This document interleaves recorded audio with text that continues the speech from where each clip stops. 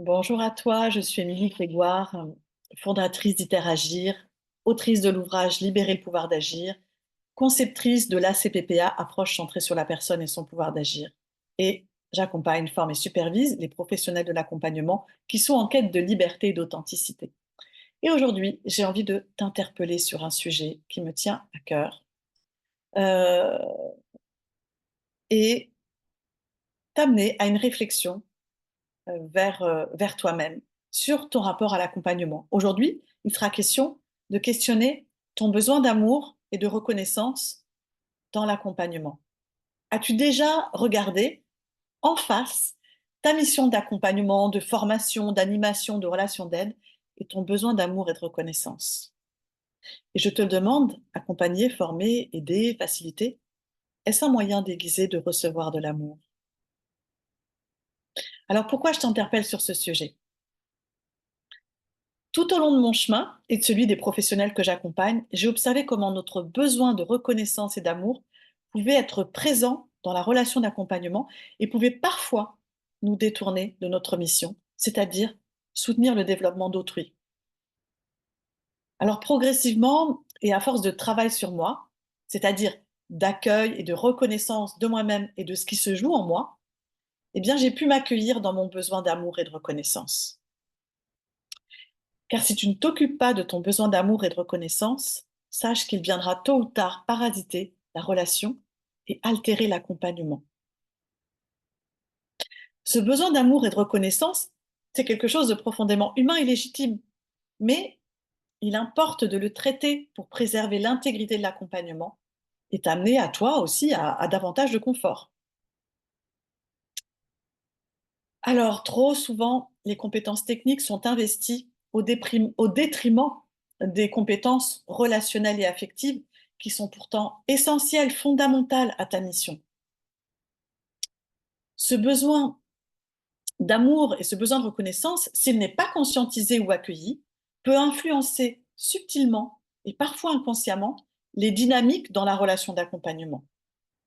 Alors je t'interpelle sur la nécessité d'identifier, d'accueillir et de travailler tes propres besoins affectifs pour éviter qu'ils ne viennent biaiser la relation d'accompagnement, que ce soit une relation d'accompagnement individuelle ou collective. Quand est-ce que ce besoin affectif non accueilli peut interférer dans ton rôle?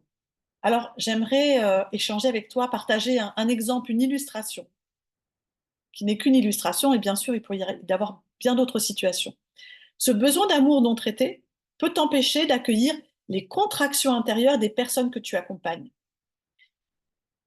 Par exemple, lorsque la personne que tu accompagnes exprime un désagrément, un mécontentement, un inconfort ou un doute dans ce qu'elle vit dans l'espace d'accompagnement, que ce soit individuel ou collectif. Je t'invite à te demander, est-ce que tu as tendance à le prendre pour toi? Est-ce que tu éprouves un rejet personnel? Est-ce que tu ressens une agitation intérieure dont tu as du mal à te défaire? Est-ce que ça active en toi un sentiment d'illégitimité? Est-ce qu'il y a quelque chose en toi qui se débat? Ou alors est-ce que tu parviens à être pleinement présent à l'autre dans ce qu'il est en train de t'exprimer? Est-ce que tu observes que tout d'un coup, il y a des réflexes qui se mettent en œuvre en toi et que tu as comme besoin de te défendre, de prouver, d'affirmer ton positionnement comme une sorte de bouclier protecteur? Ou bien est-ce que tu ressens en toi une fermeture dans le lien à l'autre et une forme de repli? Ou bien encore, est-ce que tu as envie de séduire ton ou tes interlocuteurs pour abaisser ton niveau d'anxiété? Ou tout ça en même temps, hein, voilà. Je t'invite à vraiment aller regarder, et te questionner quand tu es en situation, qu'est-ce qui est présent? Comment tu es agité? Face aux résistances, aux mécanismes de défense qui s'activent, aux oppositions qui s'expriment de la part des personnes que tu accompagnes, quel est ton niveau d'agitation? Si tu ne travailles pas sur la relation à toi-même, si tu n'accueilles pas ton besoin d'amour et de reconnaissance, alors il y a des chances qu'il s'invite malgré toi dans tes accompagnements, soit par un système de défense très présent en toi, soit par des tentatives de séduction à autrui.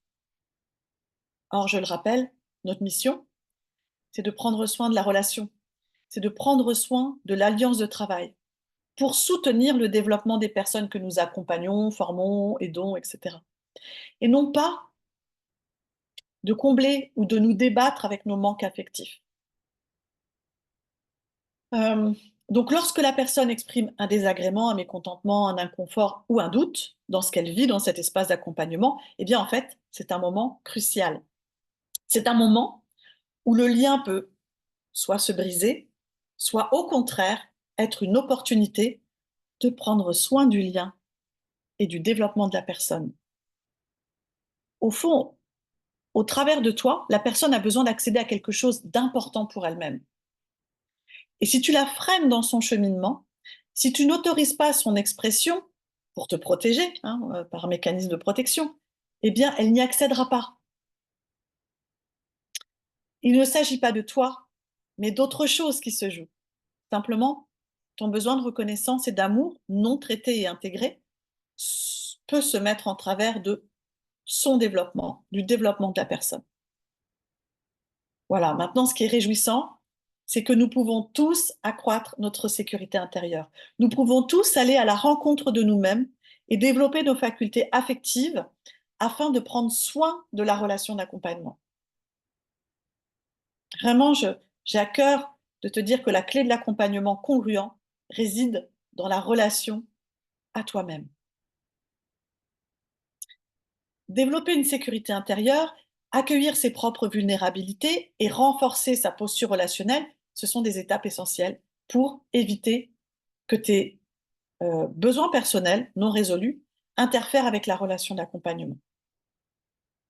De mon côté, j'accompagne, forme et supervise des professionnels de l'accompagnement à développer leurs pratiques et méthodologies de facilitateurs, à développer leur posture relationnelle, à développer leur identité professionnelle et à nourrir la relation à eux-mêmes et à s'occuper de la relation à eux-mêmes. Donc face à ton besoin d'amour et de reconnaissance, je te guide sur ce chemin vers toi-même. Je te permets de t'accueillir pleinement pour accroître ta faculté d'accueil d'autrui dans tout ce qui s'exprime et a besoin d'être libéré en fait chez l'autre. Mais ça passe par l'accueil de toi-même. Je t'accompagne à retrouver ton assise professionnelle, à te réouvrir à l'autre par une écoute empathique et par une posture contenante de facilitateur ou de facilitatrice. Je t'aide à garder, voire à restaurer le lien d'accompagnement qui peut se couper en un rien de temps si tu ne cultives pas ce chemin vers toi-même. Alors voilà, si ça résonne en toi, là, mon propos, si tu sens que il est temps pour toi de t'occuper de cette part-là, si tu as envie de prendre soin du ou de la professionnelle que tu es, si tu as envie de prendre soin de la relation d'accompagnement et de libérer ta pratique de ce qui l'encombre pour devenir un praticien ou une praticienne épanouie, congruente et efficiente pour autrui, eh bien, je te propose de me contacter pour que nous en parlions ensemble au travers d'une séance découverte offerte. Comment a résonné pour toi cette vidéo, ce partage, cette interpellation? À bientôt!